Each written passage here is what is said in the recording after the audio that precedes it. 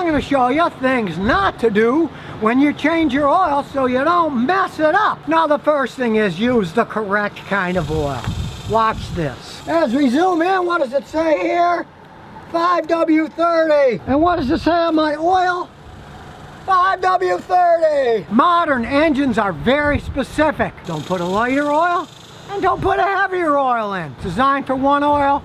You use that. These variable valve timing engines, particular about the oil that's in them. Use too heavy weight, you can damage that stuff.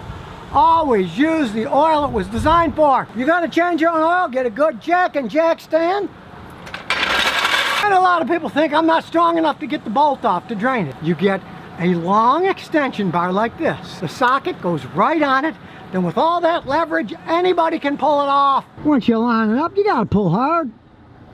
But it gets loose pretty fast. And it's just a simple job of using your fingers. You just spin the thing off. They got a pretty long thread. Out comes the dirty oil into the pan. Now you don't want to burn yourself. So do this on an engine that's at least sat there for, say, an hour or so. As you can see here, I got my big ass fan blowing, so it cools it down pretty fast. And here's something most people forget. The oil drain plug has a little gasket. Always use a new one. Buy them ahead of time. I got a whole stack of them here. They don't cost much. Buy a stack of them. Always put a new one on. Then just finger tight it in with your finger. So you can't turn it anymore. Then get your socket and extension. Put it on. Now it's a little bit snug. Then turn it a little bit more so it's nice and tight and won't come off. That's it. Then get yourself an oil filter. I'm using an STP quality one. This is just normal oil. We're going to change it every 3,000 to 5,000 miles. And these are good to over 5,000 miles. If you're using synthetic oil, then I'd advise go up a little bit higher. Buy a higher end one. And they can be changed every 7,000 to 10,000 miles if you want it to last a long time. And when it comes to getting the old oil filter off, you want the right tool. I find these are really handy. They open up, they fit on the filter, and you can easily unscrew them. You don't have to mess around with thin metal breaking or plastic crap. These metal ones work really well. Now in the case of this Lexus, they're very easy to get to. There's the oil filter. It's under the exhaust manifold. Another reason you want to do it when the engine isn't red hot, so you don't burn your hand when you're getting the filter off. This just slides over the filter, like so. And since it's recessed, we use the ratchet and a little bitty extension, so we have enough room to get it on. Then with the whole thing on, you turn it and it's loose. Then you can take it off. Now it easily just spins off with your bare hand. I got a lot of turns on it, but it just spins off. This is why you want to do it on a cool engine. Turn it sideways and up it goes. And here's a really important tip. Don't forget to check that this gasket is still on your old filter.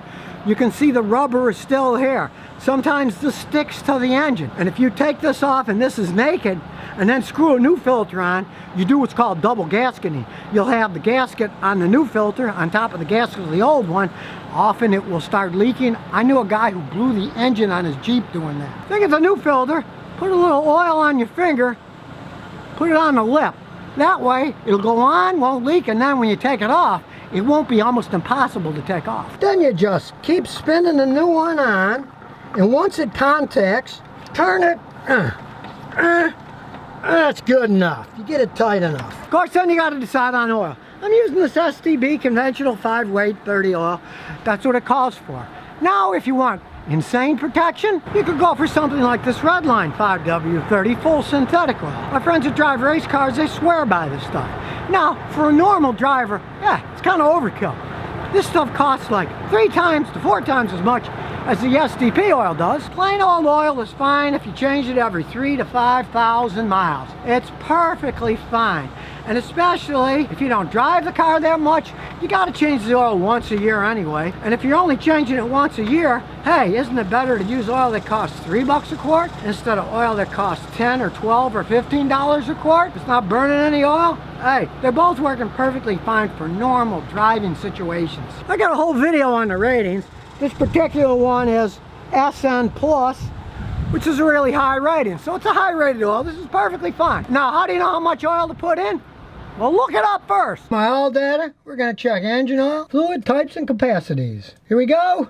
Drain and fill with oil filter change, 5 US quarts. Well, that was easy. In an effort to be totally transparent, the reason I'm using the STP oil is it's good oil, and it was on sale at AutoZone, so I'm using it. Now start with a funnel so you don't spill much, and pour it slow. These have baffles that are pretty slow, so you actually have to pour it at a slow rate like this. If I poured the thing in full blast, it would start leaking out of the top and getting all over the exhaust. On these V6 Toyota, Lexus engines, you gotta put the oil in slow or you're gonna make a mess. And when you're done, put the cap back on, make sure it's snug so it doesn't leak, and look under to see if there's anything leaking. You never know. You always want to check for leaks when you're done. And take it for a good road test. And don't forget to recycle your oil. I take mine to AutoZone, they recycle it. And don't forget to recycle your oil filter too. The AutoZone down the street from me, they now take the oil filters too.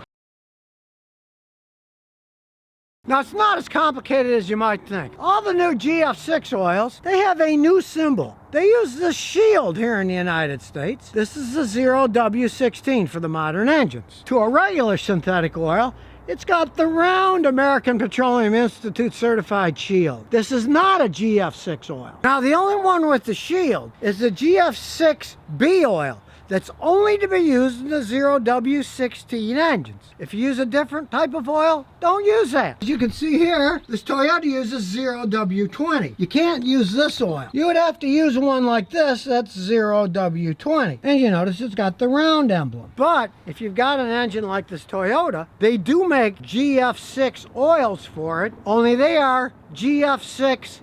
The GF6A are backward compatible, and they come in weights of 0W20, 5W20, 5W30, and 10W30. So it's actually pretty simple for you to understand what to buy. You are using any oil besides 0W16, get the ones that have the round seal on them. But if your engine uses 0W16 and you want the GF6 oil, that's technically a GF6B, and it will have this shield on, a different shape, so you don't get confused. And it always has to say, we flip it over and look closely, GF6B.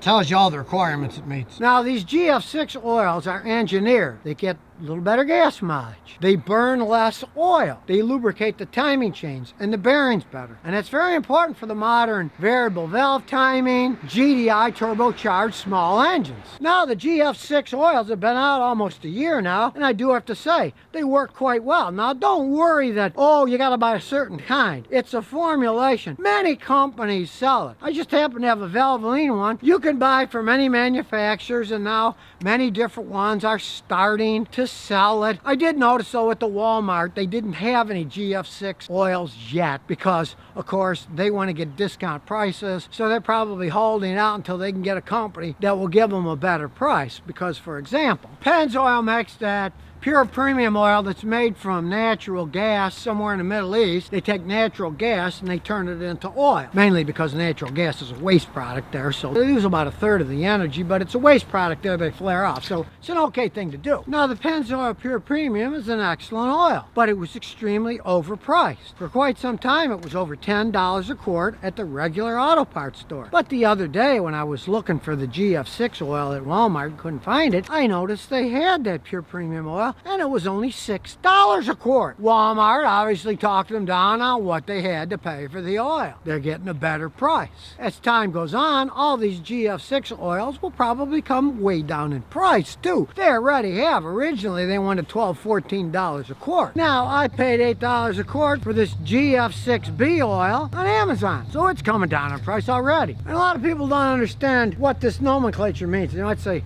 0W16. How can an oil weigh nothing? No, I mean, I can understand 10W30, you think 10 weight, but that's not the case. That's not what W stands for. The W stands for winter, and 0 means that it flows better than 10W or 20W, and 16 is how it flows when it's warm. In the case of these two oils, they both flow quite well in the winter, and when they warm up, this one flows at a 16, and this one's a little thicker, it's a 20. It's just unfortunate that winter and weight both start with W. Actually, I think it's kind of stupid that they use 0, but I guess they had no choice because they had 5W20 oil, and if it had to be lower, I guess they had to go to 0 because they didn't have any other numbers they thought they could use. Now, all 0W oils are synthetic oils, but not all synthetic oils are GF6 oils. But this synthetic oil, as I said before, even though it's got the round seal, this is not a GF6B, it is a GF6A. So this can be used in any vehicle that needs 0W20 oil. It's backwards compatible to any 0W20 oil. So in the case of this Toyota Tacoma, you can use it in this engine. That's why they kept the same shield, even though it's GF6A, where you can't use this oil because it's got the different shield, and when you flip it over, you can see that it says GF6B. Now these are standards used in the United States, so you should believe what you read, but sometimes don't believe what you read. Like in the case of this motor flush. Check it out. It says use before every oil change, takes 5 minutes. Don't listen to that label, because this modern GF6 oil, it's a detergent oil. It keeps all the dirt in suspension. When you change your oil, all the dirt exits the engine along with the dirty oil. You don't want to flush your engine after every oil change. Generally, you don't want to flush it at all, unless you bought some old junker that's all gummed out inside. It would need taking it apart and cleaned, because inside your engine where the piston goes up and down, you want to have a little bit of carbon buildup. It helps seal the pistons, especially in older engines like my Celica with 240,000 miles. If you kept flushing it out, you could make it too clean inside, and it could start burning oil like crazy, because yes, the piston rings are worn, everything's worn, it's an old engine. You don't want to keep flushing things out with an engine flush. The modern oil gets all the dirt, puts it in suspension. That's why it's called detergent oil. Just change your oil regularly. Don't mess with flushing it. That's not a smart move. Plus, some of the flushes are too strong, and then they eat up the rubber seals. Then you have an engine that didn't used to leak oil, but now the front main oil seal or the rear main oil seal is leaking. We're gonna have to pull the engine out of the car in order to change that back seal. It's not a fun job. Now, with modern engines that have variable valve timing, quad overhead cams, GDI direct fuel injection, and turbochargers, this GF6 oil is made for them. It flows better, faster. It can take colder temperatures. It can also take warmer temperatures, so it's the perfect oil for modern cars. But you still have to change the stuff. Don't forget to change it regularly. Stuff my grandfather's day. Originally, they used alcohol in car radiators with water so it didn't freeze in the winter, which was fine when it was really cold out, but when a warm spell came, the alcohol would evaporate from the engine. So then they came out with antifreeze, ethylene glycol antifreeze stuff, green antifreeze, and they called that a permanent antifreeze. You don't have to keep adding it like you did with the alcohol. But unfortunately, permanent was the wrong word to use, because after 3 or 4 years, the anti-rust inhibitors went out and it rusted all the engines to pieces. People thought it was permanent, and it wasn't. So you still gotta change your oil, just if you use the best oil, especially if you have a gasoline direct injection turbocharged engine. You want to use one of these GF6 oils. And like I said, various companies make them. All you have to remember is, if it's got the shield on it, it's only for the ones that say 0W16 on the oil cap, for the real modern engines. And as you can see when you flip it over, is the GF6B oil. And for everything else, you'll have the normal shield. You get the weight you need, and when you turn it around, you'll see the GF6A on the back. So that's the round one. It can be used in any cars. It's backward compatible. Your engine oil can only take so much cold. Now, even below 50 degrees Fahrenheit, engine oil starts to thicken up a little bit. You can see this is about 9 degrees now, so it doesn't flow all that well. Now, engine oil will not actually freeze. It won't even crystallize. What it does is it gets thick. Then it doesn't flow right, which is a very bad thing in a car engine. On a cold engine that's been sitting all night, all the oil has drained down into the bottom in the oil pan on the bottom of the engine. So when you start the engine up, the oil pump has to pump the oil up to the top of the engine so it lubricates the camshafts, or they'll be damaged. This is where modern synthetic oils come into their best working condition. They flow much better at colder temperatures. Here's some full synthetic oil. Watch how it flows.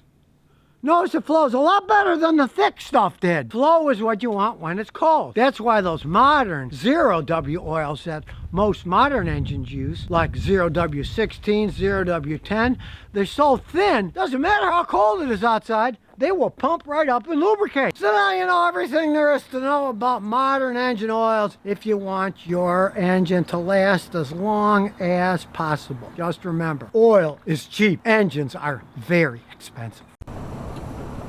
So if you never want to miss another one of my new car repair videos, remember to ring that bell.